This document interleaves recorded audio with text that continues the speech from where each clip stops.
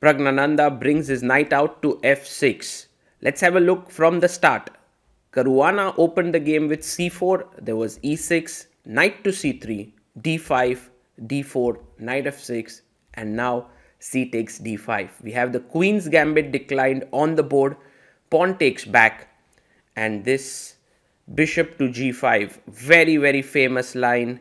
And let's see how Praggnanandhaa responds back. Bishop e7 is the classical way to play this, but he goes c6. And maybe his idea is later to get the bishop out to f5. Fabi plays the move e3. The topical line is bishop f5, queen f3, when white keeps a very small edge in the position.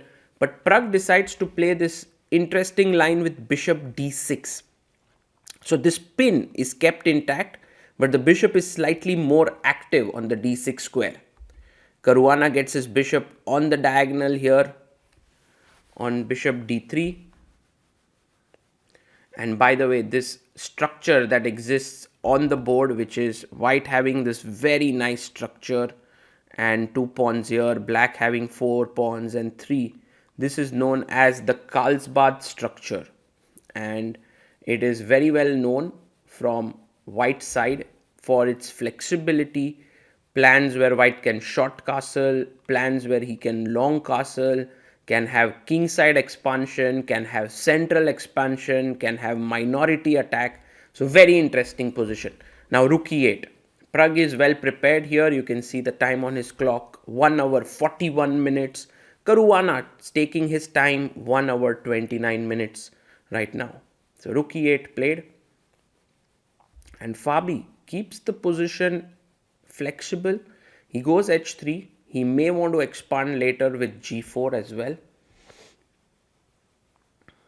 And now Pragg goes knight to d7. So one of the beautiful things in this position for black is how this knight on d7 is going to go to f8. Queen c2 played. And now if you are careless, bishop takes h7 is a real threat as this knight is pinned. But Pragg can put his knight on f8 here. And that is the big thing he has. Yes, knight f8.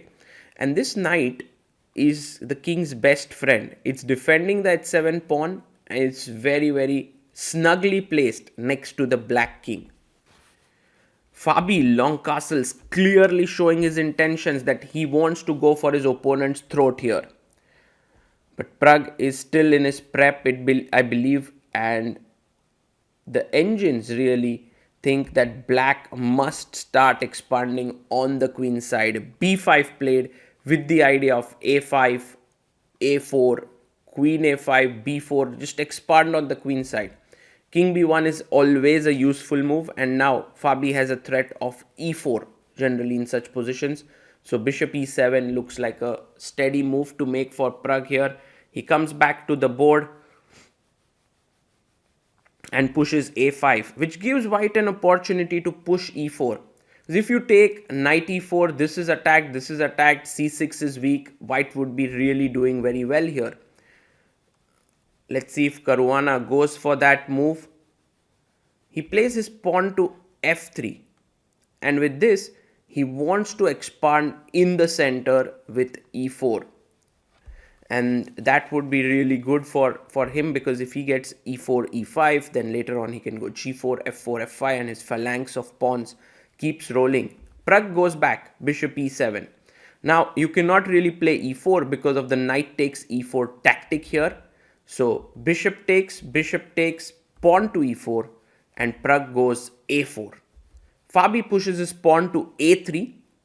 And he is saying that b4 is not possible. Pragg says, anyway, regardless, I'm going a4, I'm going b4, I'm opening up your king here. Wow. Takes a3, pushes even further into the heart of the position. b3 to keep things closed. But guys, now Pragg's position looks really dangerous. He goes queen b6. There was also a possibility to give another pawn up, knight a2, and keep the a file open.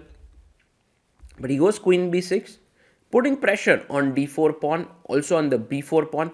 suddenly you will see that white's attack is gone. So it's now black who's trying to attack against white, who has the material advantage. King a2 is a nice move. By the way, pawn takes pawn by Pragg. Because now with this king here, the pawn on a3 is giving white king the shelter. The only piece that can dislodge it is if a knight can somehow reach b4 square, but it looks very difficult. He takes on d4. I was expecting more that Pragg would take this pawn, but he takes here. And now Fabi takes on d4, queen takes d4, and there's no good discovered attack with the bishop. He plays pawn to b5. A fantastic move here. So if you take, now bishop takes b5, attacks the rook and the queen. So that's the reason why he goes bishop to d7. White's position is slightly for choice right now. Bishop c4 played. But you know, in such positions, the white king is weakened. And Pragg goes back with his queen. And the thing is, it's not so easy to play as white here, because black at some point will try to make inroads. Pawn takes pawn, bishop takes pawn. The e4 pawn is slightly weak there, but Fabi has this idea in mind, which is attack on f7 and then later plonk your knight on the d5 square. So white is slightly better here. Rook e7 played by Pragg. But maybe he has to be careful of the knight jump into the central square on d5. So the knight jumps in, attacking the rook on e7. Now, if you take here, it will be pawn takes pawn, and this pawn is super strong. So Pragg should stay away from taking. He plays the best move, rook b7 on the board, putting pressure here on the b3 pawn. Fabi goes rook f5. He's trying to double down on the square on the f7 square with his rooks. Pragg goes rook to c8, just creating some problems here. He comes out of the pin, queen d3. As of now, you can see that the white king looks quite safe. There's nothing much happening there. But the time on the clock will play a factor. Knight comes to e6. 7 minutes for Pragg, 9 minutes for Fabi. He goes rook to f1. And he wants to put some pressure on the f7 point here. But Pragg can actually defend this completely with his next move, bishop e8. Love this move. Bishop is active, but also defending. Rook is active here. Other rook is active here. Queen is looking in this direction. Tremendous. Rook goes back to f2. And maybe not the best move here, because Praggnanandhaa now finds this incredible move, queen b8. Why is this incredible? He's putting pressure here and the queen is ready to jump to e5, also stopping the white queen from going to g3. It's a multi-purpose move. And after rook c2, look at the time on the clock. Pragg has 6 minutes. Fabi just has 1 minute 48 seconds. He attacks the queen here. Queen e2 is an important move, because if take, there are these ideas with knight e7 check, but instead Fabi blunders with queen e3, and all of a sudden Pragg has a winning tactic. Can he spot it in 4 minutes 30 seconds? He does. Knight takes b3 on the board. What a move this is. And the point is, if you take, I take here, you take here, I give a check, you go back, I check you, and mate. That's how brutal it is.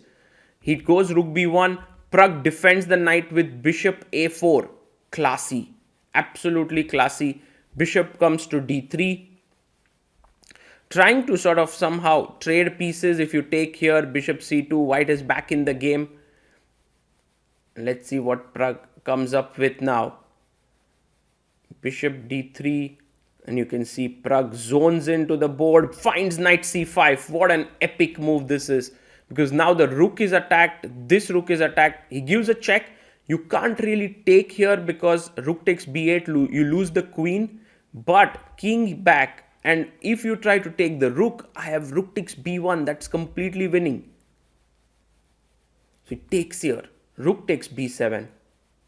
And you can see Vaishali looking at from the corner of Fabiano, whether her brother is winning or not. Now if you take check, then take, this is bishop c2 is hanging. It goes bishop a6. Very interesting move. There are many ways to win. Maybe queen a6 also does the trick, but Pragg is very, very pragmatic. He goes, takes the knight, and Caruana resigns because after bishop c8, there is bishop c2, and you're simply a piece up. What a game this was by Praggnanandhaa. And in time pressure, he managed to completely outwit world number 2 Caruana, and with this, Pragg actually comes half a point shy of the leader Gukesh and joins Nodirbek Abdusattorov at the top of the tournament. After losing to Anish Giri, Pragg has made a very strong comeback, beating Fedosiev and now Caruana. Amazing play by the youngster.